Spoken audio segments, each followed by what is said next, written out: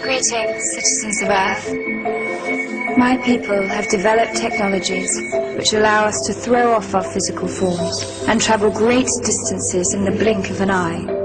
We are in dialogue with your leaders to help the human race survive its infancy, for we believe in you.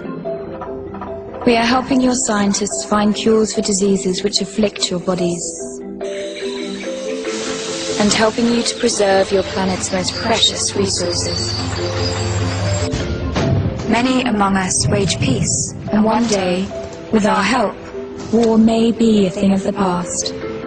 Our army is 1 billion strong and growing. We are the people of the Internet, and together, we are shaping the future of humankind.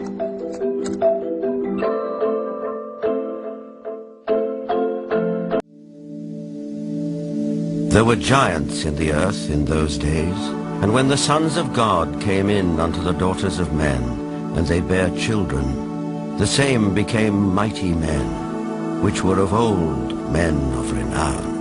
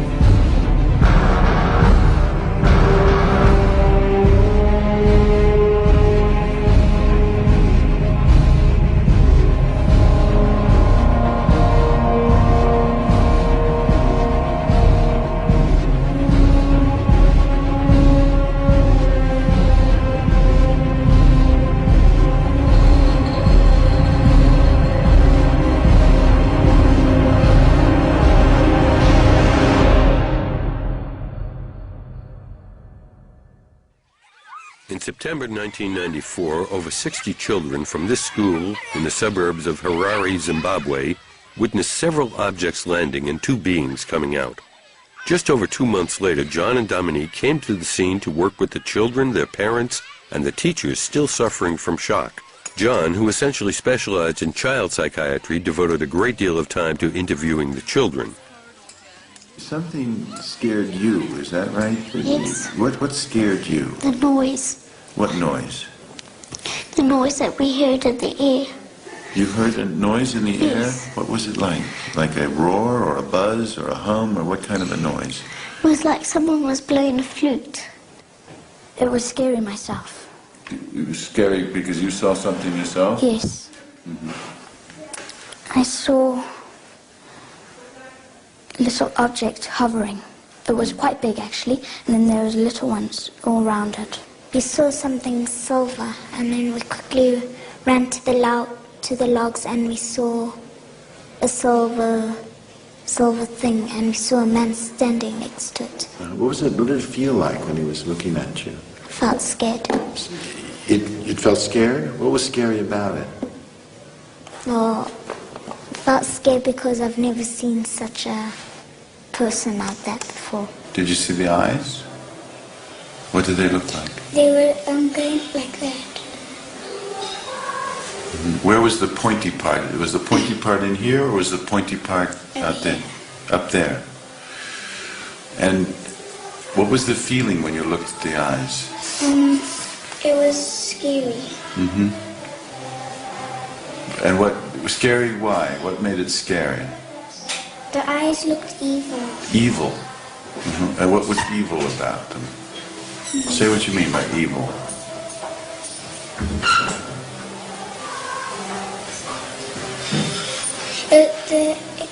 It looked evil because it was just staring at me. With what?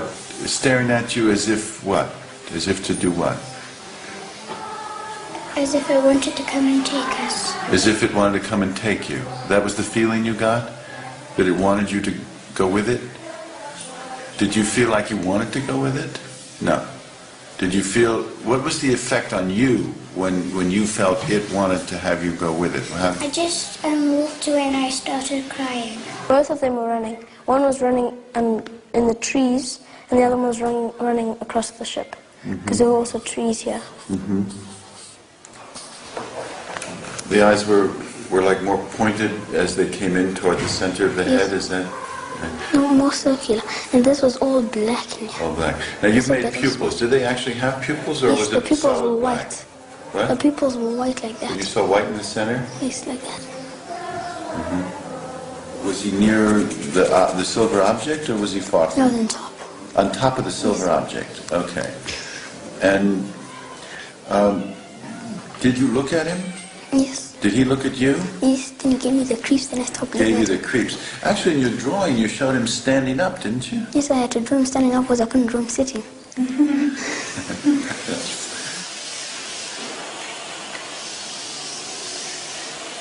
What I thought was maybe the world's going to end. Maybe they're telling us the world's going to end. Why do you think they might want us to be scared? Because maybe because we don't look after the planet, the area properly. And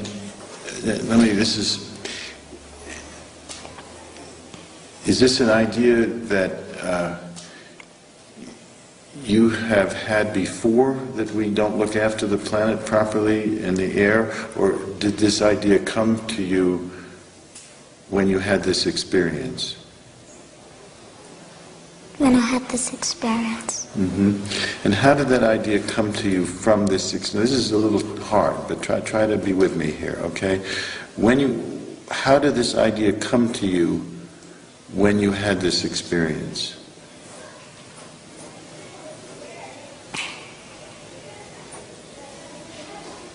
I just felt all horrible inside. You felt horrible. At what point did you feel that? When you saw the craft, or when you got home at night? Or When I got home.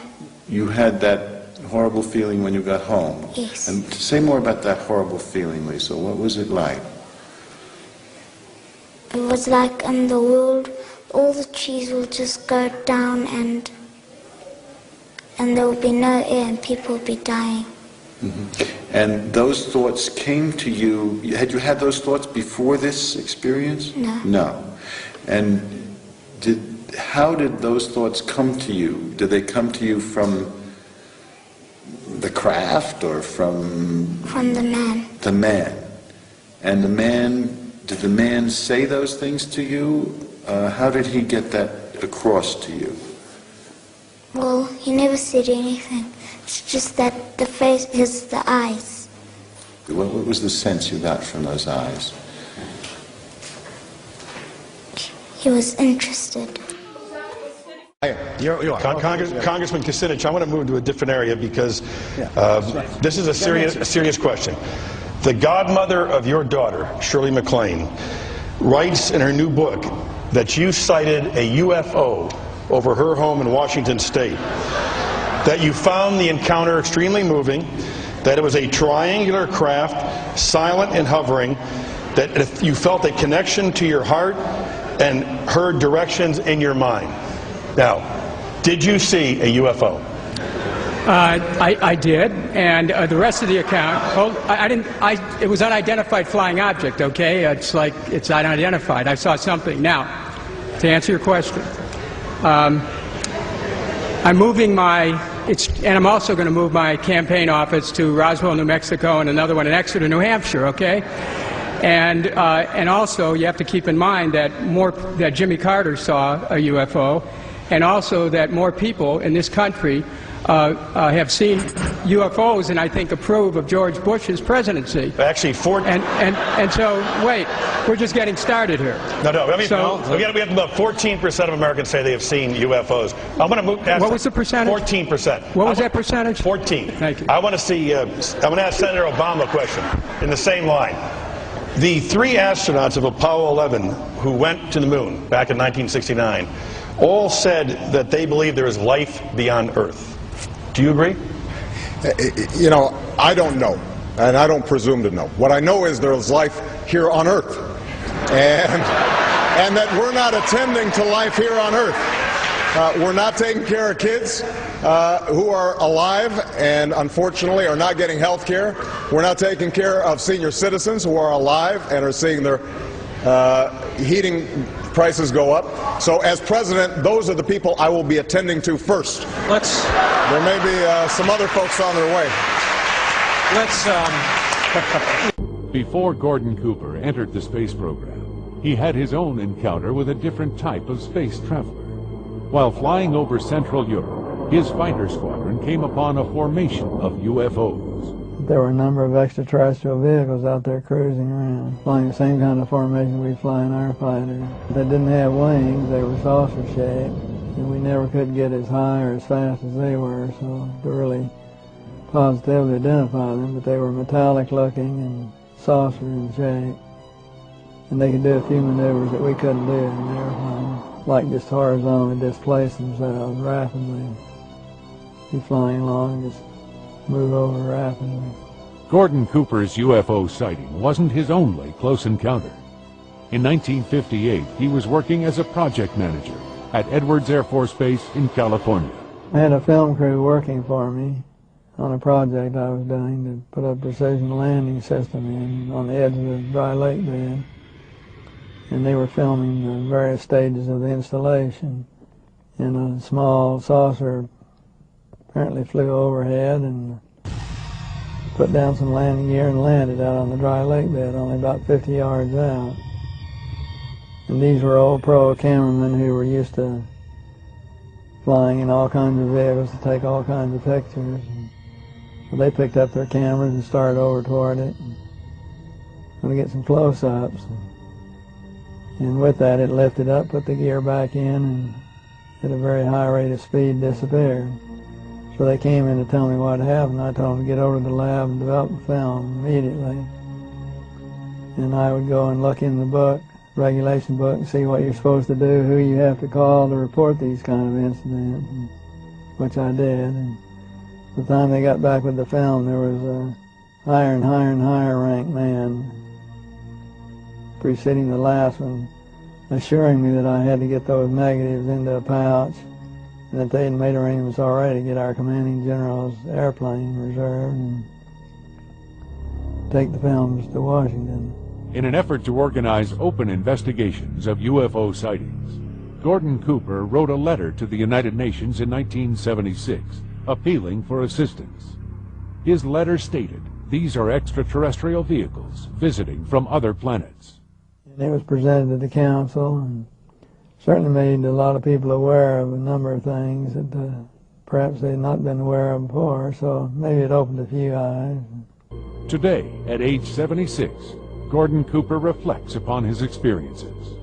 This universe is limitless and tremendous big universe, and we're kind of vain to think that we're the only ones that exist here.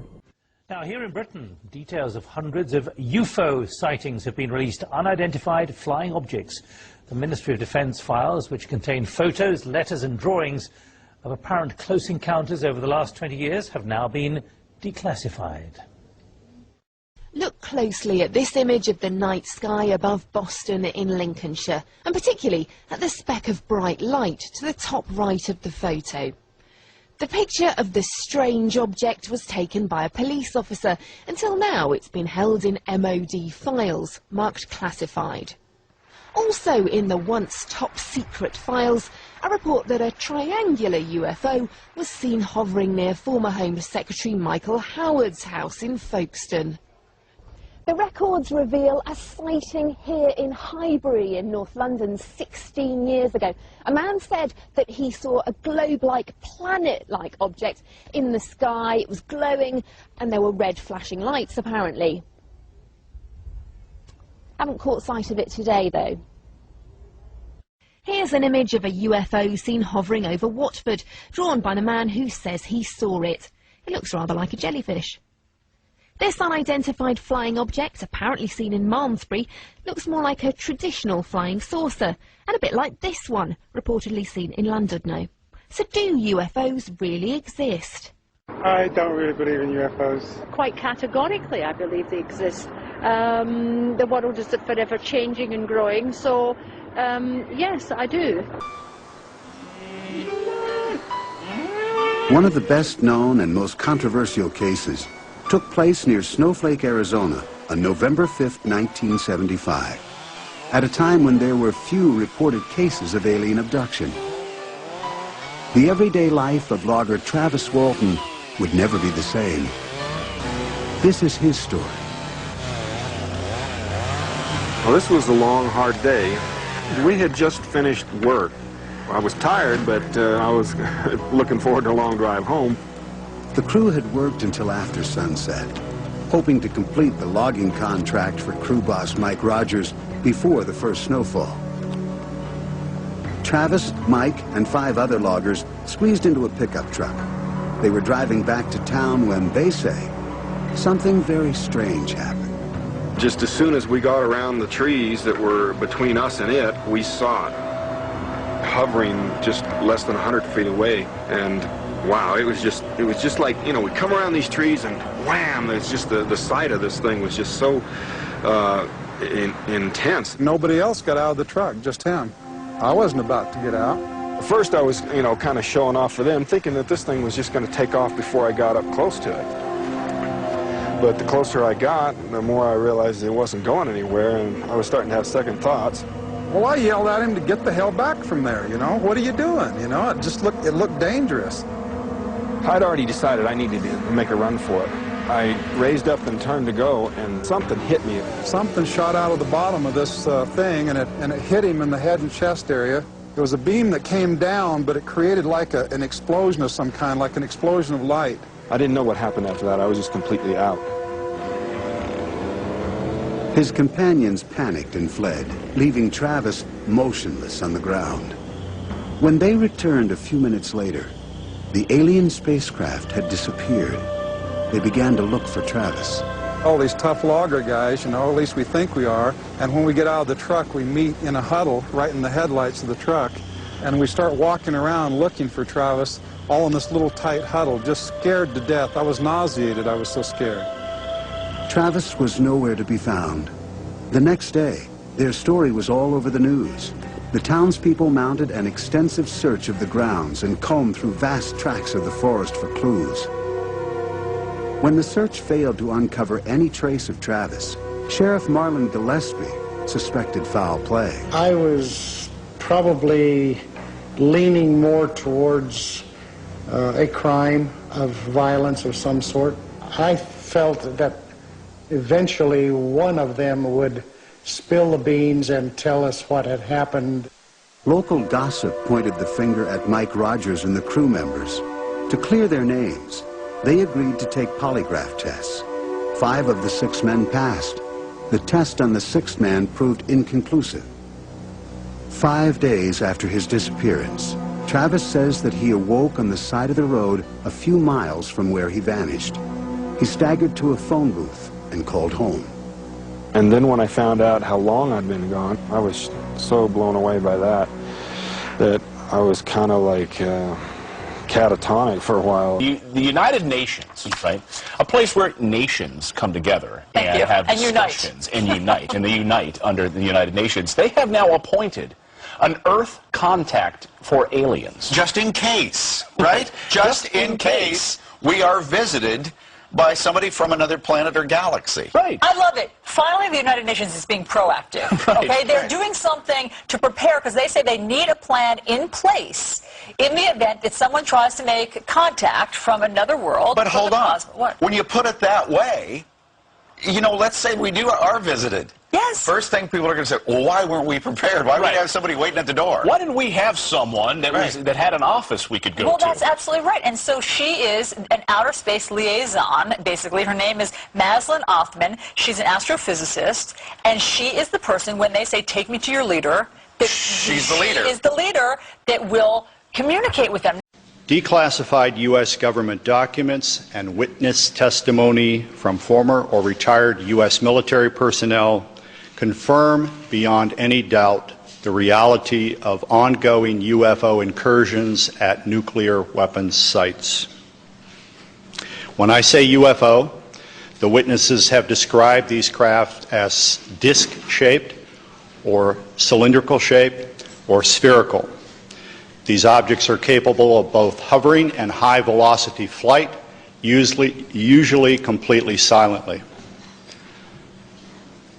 Over the past 37 years, I have personally located and interviewed more than 120 of these former or retired military personnel, all of whom report UFO incidents at one or more of the following locations: nuclear missile sites, nuclear weapons storage areas, and nuclear weapons test sites in Nevada and the Pacific during the era of atomic atmospheric testing. Sometime in the evening hours on March 24th, I received a call from one of my topside guards, the flight security controller, stating that they had been observing strange lights in the sky making odd maneuvers and wanted to report it.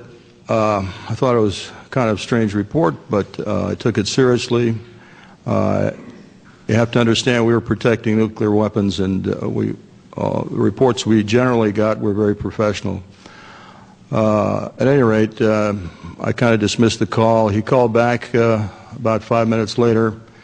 This time he was screaming into the phone saying they're looking at an object, a red glowing object hovering just above our front gate. Describe what they look like. I could,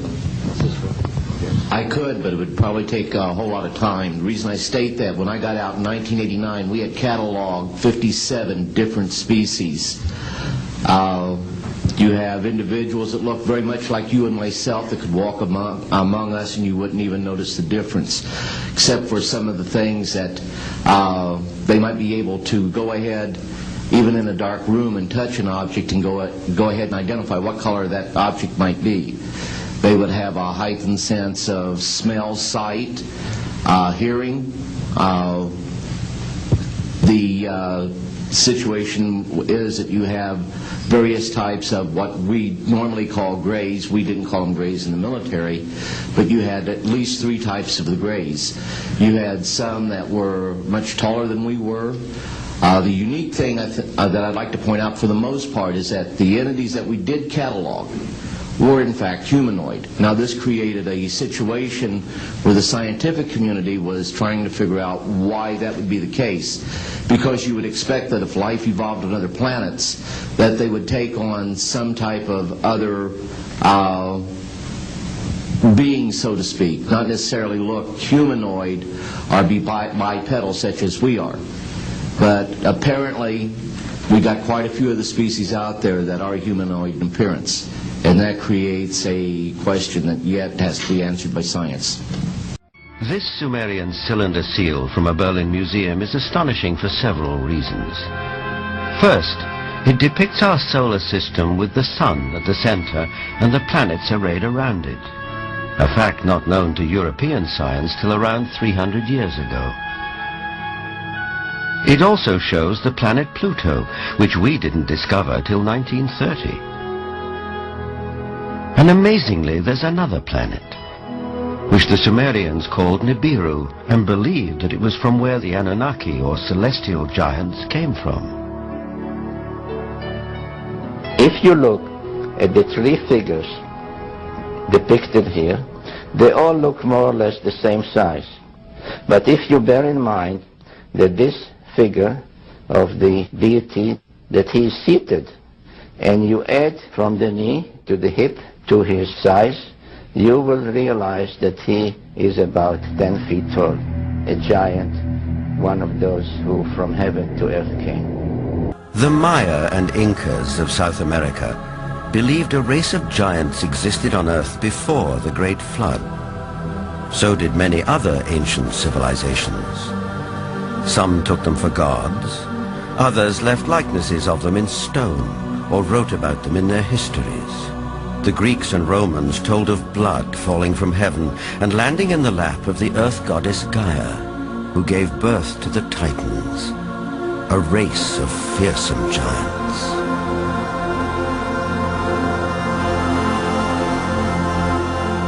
Certainly have been sightings in ancient that may be embraced by ancient mythology.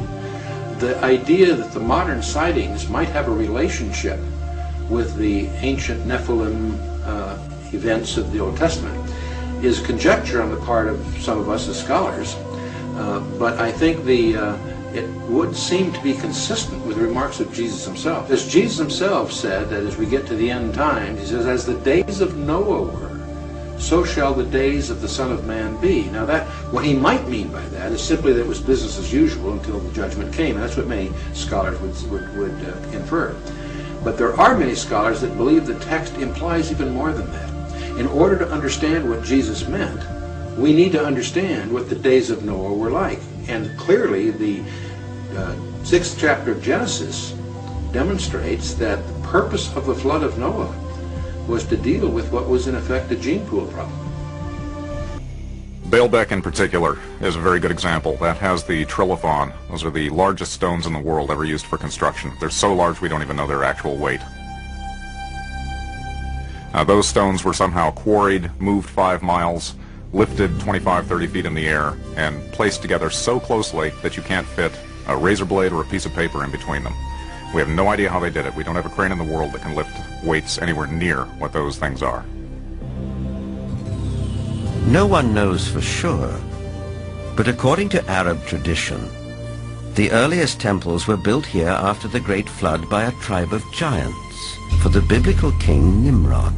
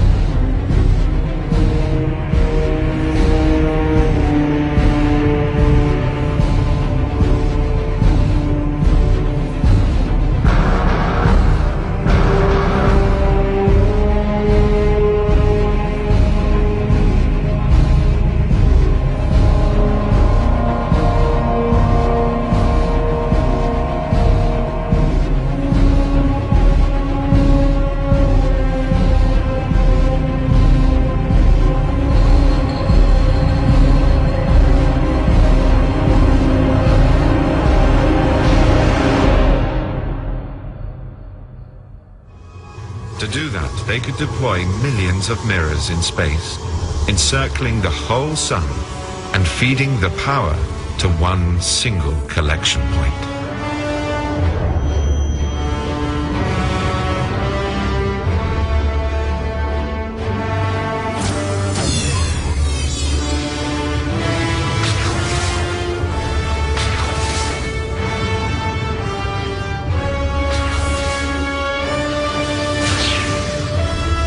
Such power might make it possible to warp the very fabric of space and create a portal called a wormhole. This portal would act like a shortcut, allowing them to travel huge distances in the blink of an eye.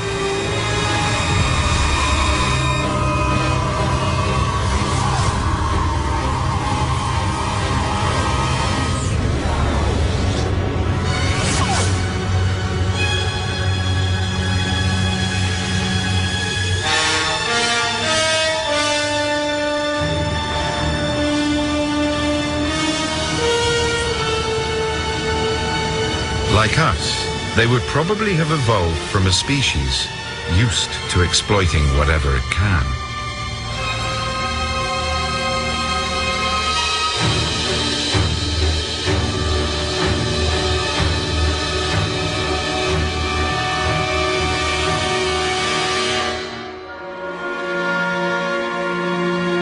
So if aliens ever visit us, I think the outcome would be much as when Christopher Columbus first landed in America, which didn't turn out very well for the Native Americans.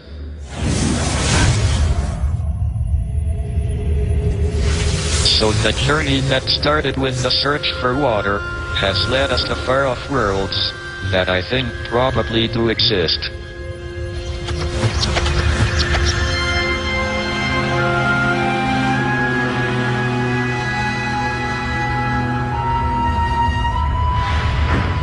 In such a massive place as the cosmos, we only had to look at ourselves for proof that extremely unlikely things can and do happen all the time.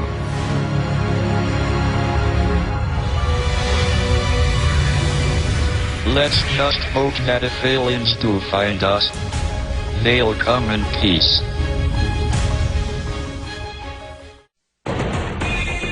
Nightline continues from New York City with Martin Bashir. For more than 2 decades, the archives collected dust hidden from the public by the British government. Some 4,500 pages of documents detailing UFO eyewitness accounts that defense officials recorded and in some cases investigated. But today, light was shone in a dark place when a portion of that archive was declassified. So, did these documents answer the question, are we really alone? Nick Watt now reports. Lieutenant Milton Torres was ordered to keep silent about what happened. Today, we learned the details. May 20th, 1957, he scrambled his Sabre jet from a base in England with orders to arm all weapons and fire without sight. Before he could fire, the erratic, bright blip on his radar simply disappeared. April 1991, an Italian airline pilot approaching Heathrow saw a craft he described as light brown, similar to a missile. He shouted to his co-pilot, "Look out, look out!" The British government investigated this near miss, but came up with nothing. There are some cases, and it's about 5%, that can't be explained. They are genuine unknowns. Nick Pope worked for Britain's Ministry of Defence. His job to investigate UFO sightings. Overleaf, we have a sketch. Extremely interesting. People are taken seriously, people are listened to, people are believed, and people are prepared to investigate. 11,000 UFO sightings have been reported in Britain since 1959. Records of every one are kept here in the vast National Archive. Only now are the details being revealed? Conspiracy theories have already started, suggesting, for example, that this is a whitewash, that this is disinformation. I don't think the ministry has revealed everything by any means. The facts are too disturbing for the majority of the populace. Some of them actually have bases and have had bases on planet Earth for maybe thousands of years.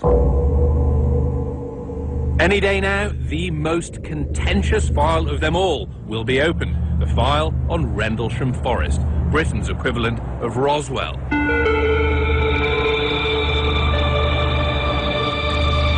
I have no explanation for the Rendlesham Forest incident. It was Christmas night, 1980. Guards at 2 US Air Force bases in eastern England thought they saw a plane crash in these woods. They investigated and reported a strange glowing object, metallic in appearance. It illuminated the entire forest. The object was hovering or on legs. There's no doubt about it. There's some type of strange flashing red light ahead. 2 nights later, the lights returned. Weird. Lieutenant Colonel Charles Holt recorded this as he walked through the dark forest. Bill, it's coming this way. It is definitely coming this way. There's no doubt about it. This is weird. To the left. Yeah, definitely. Two lights. One light to the front and one light to the left. Keep the flashlights off. There's something very, very strange. Holt's men recorded high radiation levels here at the alleged landing site. It suggests that this object, whatever it was unusual in nature. Something was physically present in that clearing. Do you see aliens? Yes, we have done so, yes. When we've been in Blair Witch... Brenda Butler and her fellow UFO enthusiasts believe Rendlesham Forest is still an alien destination. When they come in a load of mist, like just a whole cloud of mist, and you can actually see them standing in the mist. These are the photographs, but Brenda rarely snaps the aliens she meets. And they've said to us, you know, that they don't like photographs. They don't like the flash. Right. Because, I mean, if aliens really do want to make contact with our leaders, why would they chat to Brenda in a remote forest?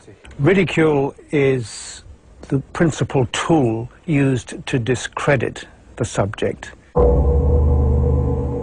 But, says Good, the time has come. The policy of our governments has changed, and releasing these files is key. The official agenda is, I've been told on both sides of the Atlantic, is that gradual disclosure has to be the way, and my instinct tells me that disclosure process has begun. Something's being tracked, flew off in the direction of Basildon. We're being primed, and when we're deemed ready to handle the unsettling truth of aliens among us, then all will be revealed. Have we been attacked? I think there is a conflict situation. Very noisy. Interesting. I'm Nick Watt for Nightline in London. Interesting indeed. Our thanks to Nick Watt. More UFO sightings than ever before. Documents released under the Freedom of Information Act show there have been 231 unidentified flying objects reported to the Ministry of Defence in the first 6 months of this year. That compares to a total of 285 in the whole of last year. The sightings range from Chinese lanterns that are easily explained and dismissed to complex craft spotted by pilots, sparking investigation from the Ministry of Defence. But the real question here that we've been addressing is, have we been visited? Are we, since we are now a spacefaring civilization, having only gone to our own moon, but have our visitors, the aliens, have they come to us? And all the evidence says yes. So what is it that you want to see the Obama administration release? What is it specifically? What do you think is there that we need to see? Well, the other nations, and this has been a global phenomenon, other nations and just in recent history, the Belgian nation, the French, the Brazilians, the Mexicans, the Argentines, all of their files have been opened up, and there's no reason in the world why the U.S. files, the leading nation in the world in this period, should have been reticent in opening ours too, except special interest groups. So Edgar, but let me ask you, I mean, for all the stories that have leaked over all the years, I mean, and there's always somebody somewhere that's going to leak something, and if there was really something there, don't you think by now somebody would have said something? Oh, it has. People have been saying it all along. But for example, just the explanation to the Roswell incident has changed every few years, and a new story comes out. If it were really that simple, if it weren't what it really was, you wouldn't need all of these various stories coming out. And so the attempt to cover this up and to disguise the issue and create misinformation and disinformation is very well recorded. And the documentation from very fine researchers like Dr. Robert Wood and his son Ryan, who've investigated all of the early documents, all point to the same story. Hey, we're not alone here when we've been visited. Well, Edgar Mitchell, I'll tell you what, it fascinates all of us. We'll stay on it, and please let us know if you're able to dig a little deeper and bring us a scoop. Edgar Mitchell, great to see you.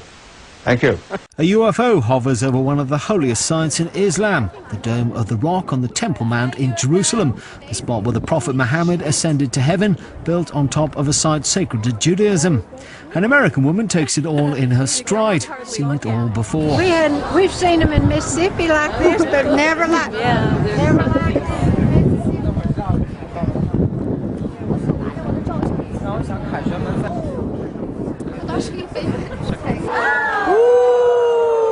Easily dismissed as a hoax until you see this.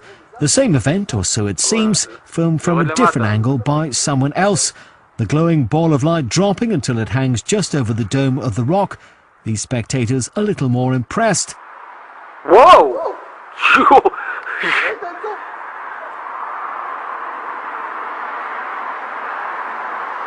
The ball suddenly shooting off as if disturbed. If it's a hoax, it's very well done. We are not alone. Or are we? A UFO in China's skies forced Zhoushan Airport to stop operations on July 7th. Outbound flights were grounded after the unidentified flying object was detected by a flight crew. The incident has captured the attention of Chinese media, and theories about the UFO's identity are burning up on the internet as well. They include everything from a hidden U.S. bomber to an elaborate man-made hoax. For now, the UFO continues to be a mystery. A spokesman from China's Civil Aviation Administration confirmed to ABC News that the matter is under investigation. A man with more than 20 years flying experience under his wing, so to speak, saw something extraordinary which later made those headlines as he flew at 4,000 feet near Guernsey. And so did quite a few of his passengers, and so did the pilot of another aircraft that was flying nearby, flying over Sark. And Captain Bowyer is here now to tell his story. Thank you for coming in, and thank you for speaking up, because I know from private conversations I've had over the years with the commercial pilots, sometimes when I'm up in the cockpit with them, they do see things, and they tend not to report them because they don't want to be laughed at or have their careers jeopardised. Exactly right. So why have you decided to speak out about it? Well, I didn't actually decide to speak out at all. Actually, the press asked the company, which I work for, to would I mind doing an interview, and the company, being quite a forward-thinking firm, had no objection. In fact, pretty much actively encouraged it. So that's how it happened, really. Well, how did the press get hold of it then? Did passengers? I don't know. I really don't know. You weren't the only person who saw this phenomenon, that's right. were you? There were some passengers who saw it, and Yeah. also another pilot. Yes. Simultaneously. Well, look, we've got an artist's impression that we knocked up here this afternoon on our computer paint box. Is that kind of what you saw? Is that a reasonable... No. Oh, well, it's the best we did. Be honest, yeah. Well, hold that picture. Well, it's you describe it to us. Well, it was a brilliant yellow object. The brightness you've got there, about 2/3 from left to right, it was a graphite grey section. If you want to call it a fuselage, we don't know yet what it was. We're looking into it. And how big was it? Difficult to say once again, but I saw it from 50 miles away. So any object from 50 miles away must have been fairly enormous. What, about a mile long? It's possible, yeah. Did it move at all? It probably didn't move, but I had the great opportunity the other day from Jersey Air Traffic Control visiting their radar room, and some interesting traces, let's put it that way, from the radar Really? indicate that there's a possibility that they did pick up on, from both Guernsey and Jersey radar, traces, spurious traces they call, for around about 55 minutes. How long did you see it for? I saw it in total for 12 minutes. Can I show you a picture? This is, I'm sure you've seen this picture. It's of lenticular clouds, a very rare but known formation. This was taken some years ago. Could it have been something like that? Could it have been some very, very strangely formed cloud, do you think? No. Well, I think highly unlikely. I've seen lots of lenticularis in my time, but just doesn't look like a cloud. Well, you've seen a lot of clouds over the last I also few had years. the opportunity of looking at this, or these objects, there were two of them, through binoculars, 10 times magnification, and in my view, a very definite object inside controlled airspace, which shouldn't have been there. What happened? Did you simply lose contact with it? Did it disappear? Well, I was landing, it was a general flight from Southampton going to Alderney, and the only reason I lost sight of it was because I descended through a haze layer, which is fairly common in that area, and having descended through the haze layer, couldn't see it anymore, but it's almost certainly still there. Did the other pilot who was flying over Sark, the island of Sark, did he report it in exactly the same terms? Yes, because it was sighted, or they were sighted inside controlled airspace, the pilot's under a legal obligation, and I suspect this is where the press stories come from. And he's filed a report exactly the same as I have. Well, let's show you a couple of pictures from the UFO file books. These are genuine UFOs in the sense that no one's ever been able to explain what they are, but they happen. They're not fakes. Well, that's over New Mexico. That's very similar to the sort of thing that I saw, yeah. Well, that and my passengers. That was famously I haven't seen taken over New Mexico in 1957, and it's not a cloud. That much we do know. I don't know what it is, but it's not a cloud. Not a cloud. Analysis showed that it wasn't a cloud, but they don't know what it was, hence UFO. This is one from Russia in 1989. Again, analysis shows it's a genuine object. It's not a cloud. There is a cloud above it, a faint one, but that object is not a cloud. Again, is that something similar? Well, I'd say the object I saw was a very brilliant yellow much brighter colour. than that. Yeah, much brighter. It's emitting light.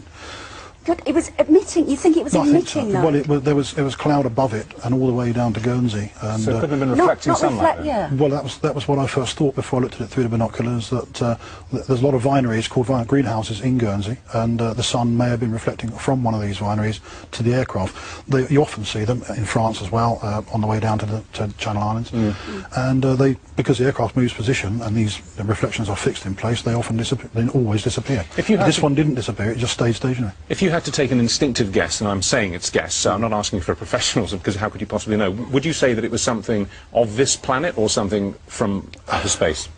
Extremely difficult. I mean, I think a few years ago you interviewed Dr. David Clark on a very similar sort of thing. Did, yeah. About 4 years ago. I spoke to him today. He's in charge of a team that's looking into this at the moment.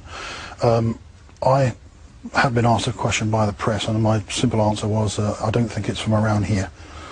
I can't speculate any further than that. But there is some information which is now being looked at, and hopefully better come back one day and give you an answer to this. But at the moment, it's an unknown. When you fly now, I mean, do you have a sort of slightly heightened awareness of what may be going on around you?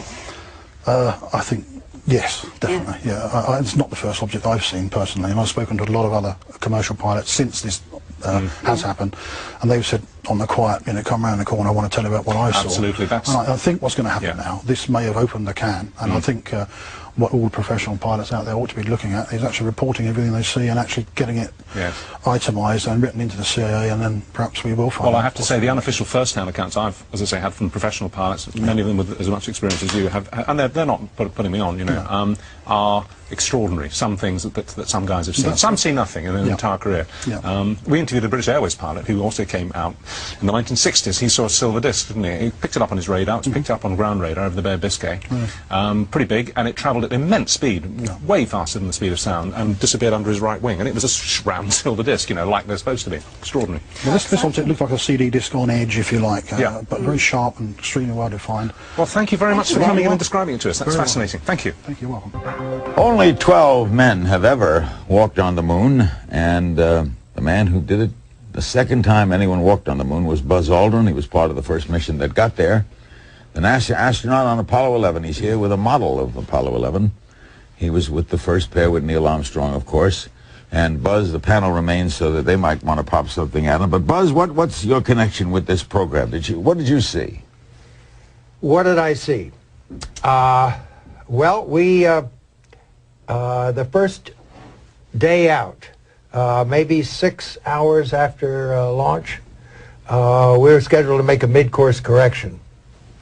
And I'd like to show you a few things in this rocket just to point out the condition that we were in. During launch, this boost protective cover comes off, hopefully not with the command module attached.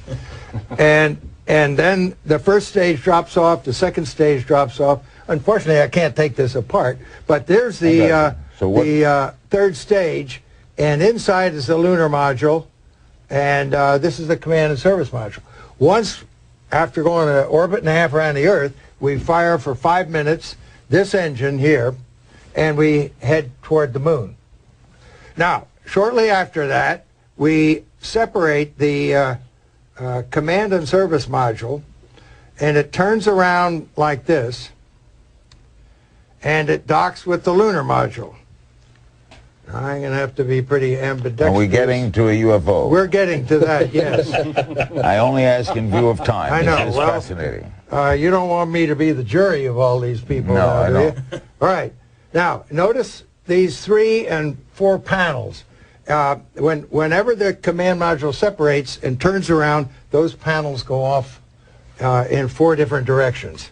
The rocket, now we're separated from the rocket, and the rocket and the spacecraft, the lunar module and the command module, are heading toward the moon. Now, we orient perpendicular to the plane of the sun, the Earth, and the moon, and rotate slowly like this.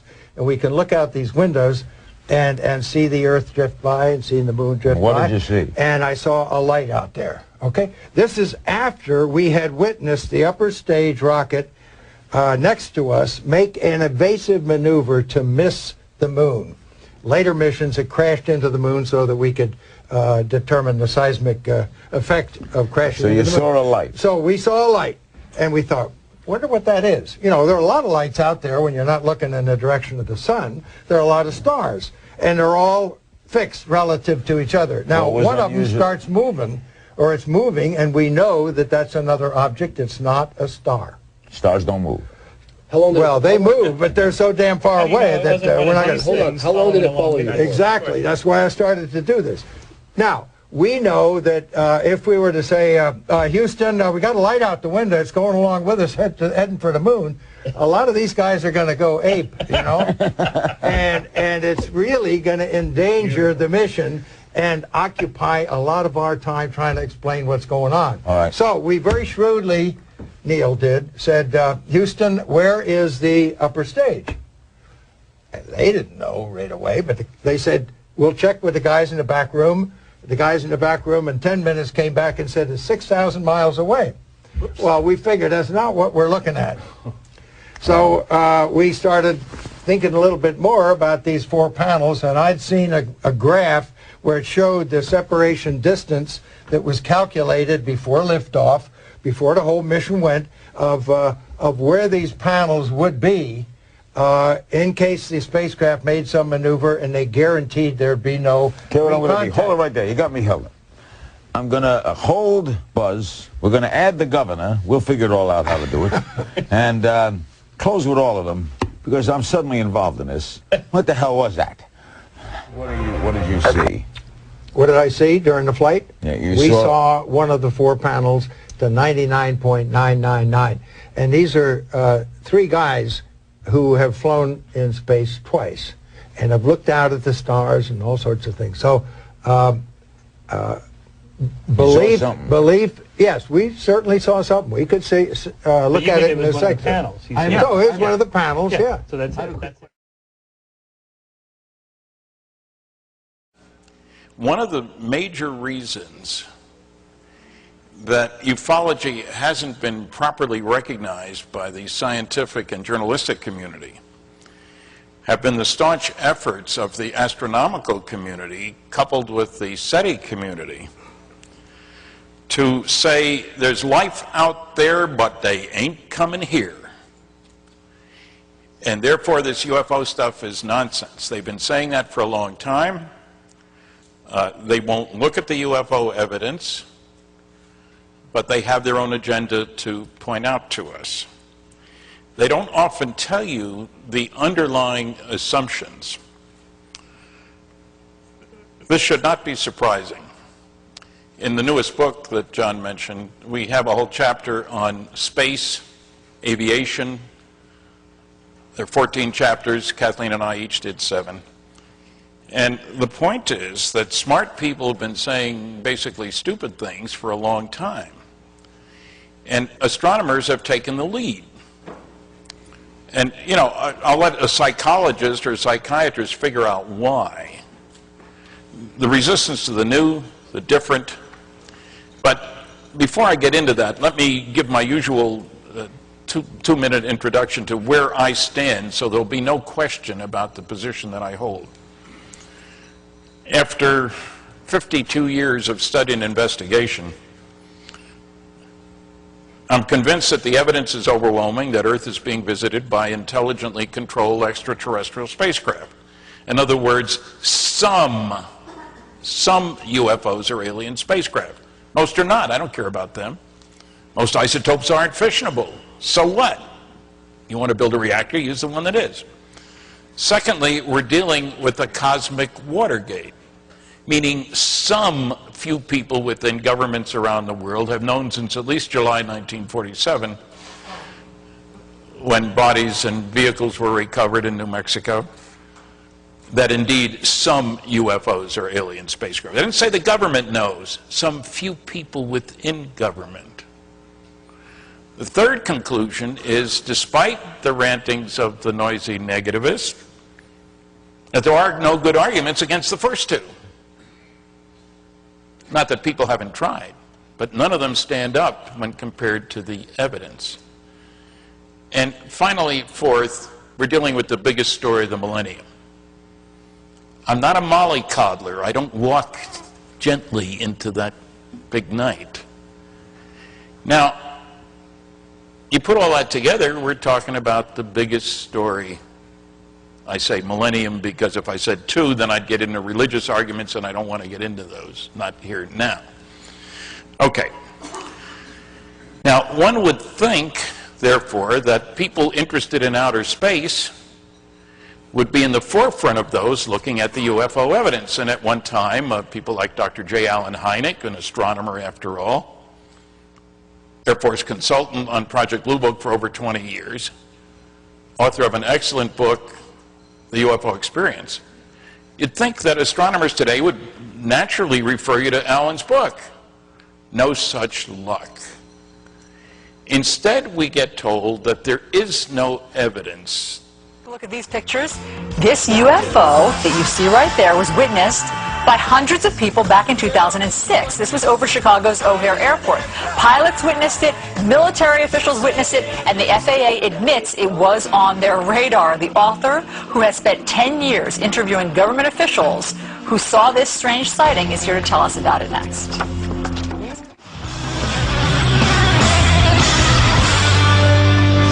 All right, here it is, my favorite segment of the morning. Real or just a hoax? The question comes up whenever UFOs are mentioned, but now some new support that may surprise you. Tomorrow, former military personnel are speaking out for the first time on camera about their personal experiences with UFOs in Washington, D.C. Investigative journalist Leslie Kane has been studying this for years. She's the author of the new book, UFOs, Generals, Pilots, and Government Officials Go on the Record. She's here to talk about it. Leslie, great to see you this morning. Great to see you, Clayton. So you spent 10 years working on this book. You have 5 different military generals that you've interviewed in this book. How did you manage to pull all this together?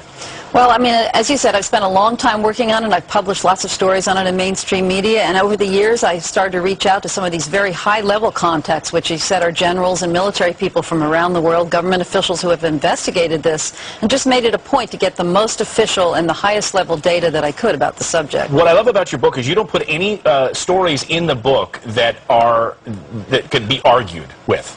You call yourself a UFO skeptic, so none of the stories in the book, you say, can be argued with. I agree with you. I mean, the evidence is irrefutable for some kind of physical phenomenon, and it's well documented in the book through multiple witnesses, radar, ground traces that are left by things that land, and airline pilots, right. Officials, and so forth. Let's start with one, actually. This was at Chicago O'Hare Airport in 2006.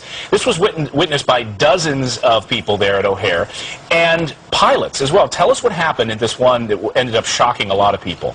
Absolutely. There was a disc that was hovering right over the United Airlines terminal. A round, metallic-looking disc that lots of people saw, as you said. It hovered there for maybe 5 minutes minimum and suddenly shot straight up through the clouds above it. There was a cloud bank above it and left this absolutely crisp hole in the clouds. People underneath could look up and see the blue through the cloud. So that's basically what happened. A lot of people saw it. None of the witnesses would go on the record because they're worried about ridicule, unfortunately. Yeah, the pilots and people were worried about losing their job as well.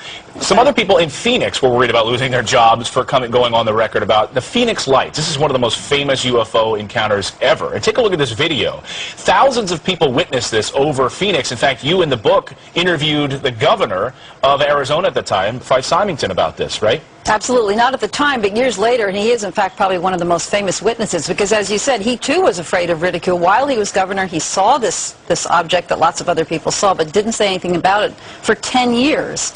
10 years later, he decided that it was time to make amends to the people that he had withheld this information. It was very important to the people of Arizona that they know that he was one of the people that saw it as well. And he's featured in the book. Also in the book is McMinnville, Oregon. This one goes back to 1950, and I think this is fascinating. Way before Photoshop. Take a look at this photo. What are we seeing here? Yeah, this was taken like with a Brownie camera. A farmer and his wife were just out on the farm in the middle of nowhere. They saw this disc hovering overhead, ran in and got their camera, took two very, very incredible photographs that have been well documented and studied by laboratories for decades. Well, I would encourage everyone to pick up this book. If you're sitting there as a skeptic, read it from beginning to end and then make your decisions about it. Leslie Kane, the book is great. It's called UFOs. It is out now. Northern Kenya, they have found the boy, the skeleton of what is believed to be one of our oldest ancestors.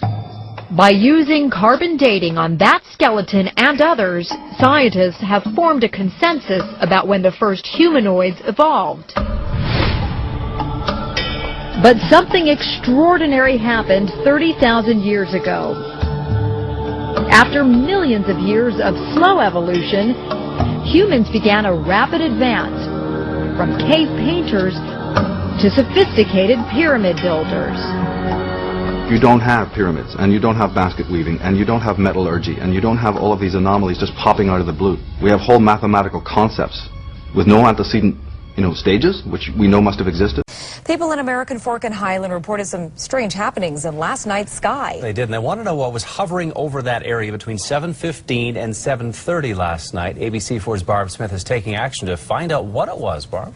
Robert and Karen, they tell us that they saw lights, but those lights were not from an airplane or a helicopter, and these lights dropped something as they hung low over the sky.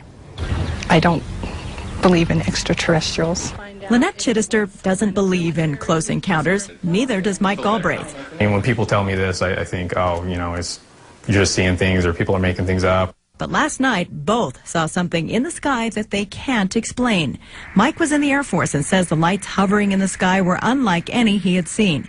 He was outside a shopping center in American Fork, grabbed his cell phone, and took this video. But I looked up and there was 3 red lights, and then they started dropping. It looked like flares or something bright was dropping straight down.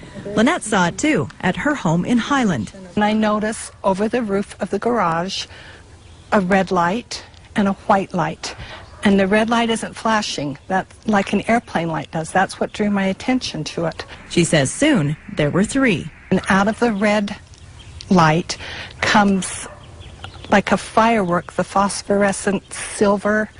It's coming down out of it, and I thought, okay, I've never seen that before. Both say the objects were flying slowly, almost hovering, and were in formation. And they looked like they were flying in formation perfectly together. And then whatever was dropping looked like it was burning real bright. But Galbraith says the lights were without sound and did not belong to any plane or helicopter he was familiar with from his military experience. And he says what was being dropped were not flares. They usually shoot out of the sides or they shoot down, and there's a lot of them. And you could definitely hear them. Lynette's husband once manufactured military flares. He agreed what was being seen was not a military exercise. But what was it? Winston Churchill may have been best known as a wartime hero, but it seems that he also took a keen interest in strange objects in the sky. It's now emerged that the MOD once investigated a claim that he may have covered up a UFO sighting during World War II out of concerns for public reaction. Documents just published by the National Archives describe a mysterious incident when an RAF crew spotted an unexplained object hovering by their aircraft. Churchill found this so worrying that he classified the information for the next 50 years.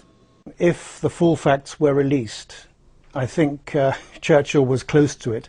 I'm not sure about mass panic, but I do think people would be disturbed.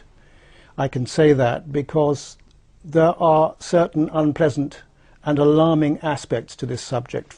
The MOD has released thousands of files on UFOs in recent years. Most are reported sightings by members of the public, which the MOD says can be easily explained. But this particular incident remains unsolved. We also know that lots of pilots saw mysterious objects during the Second World War on bombing raids. People have probably heard of the term Foo Fighters, and these were what pilots described as UFOs before the phrase flying saucer or UFO was even heard of.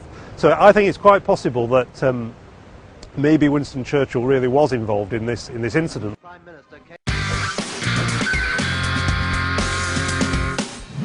Welcome back. Well, it was billed as bigger than big. An announcement by NASA today that would have something to do with other life forms, and that set off all kinds of speculation. But when it was revealed today, we didn't learn about the existence of little green men. Instead, it was about the discovery of something almost as strange. When news spread that NASA was going to announce something big today about new life forms, well, the blogosphere lit up. Finally, proof of extraterrestrials, many surmised, and so believers waited with bated breath. Then this afternoon came the big announcement. We've cracked open the door to what's possible for life elsewhere in the universe. Yes, indeed, something strange had been found here in this quiet corner of Mono County, California. And while it was proof of a different kind of life, what I've presented to you today is a microbe doing something different than life as we knew it. no aliens were marched forth as evidence. But what was offered is still blockbuster news. Science had long held that 6 elements were necessary for life. One of them was phosphorus. These light orange balls disappear. But this bacteria can live without phosphorus, growing with arsenic instead, and that literally opens a world of possibility. There could be all kinds of different types of life that no one's ever thought of, and this experiment, this demonstration, changes the way we look at things. Let's remember that when Jesus briefed 4 disciples in his confidential briefing on his second coming, he opened his discussion and he closed his discussion with the urgent admonition, let no man deceive you. We need to understand that the characteristic of the period that we're being plunged into is one of deceit, one of very clever misguidance by the enemy. We do have an enemy. He's very knowledgeable, very resourceful. And we are moving into open spiritual warfare. We're used to conflicts in countries about politics, different views. Today, there's a fundamental war going on in worldviews.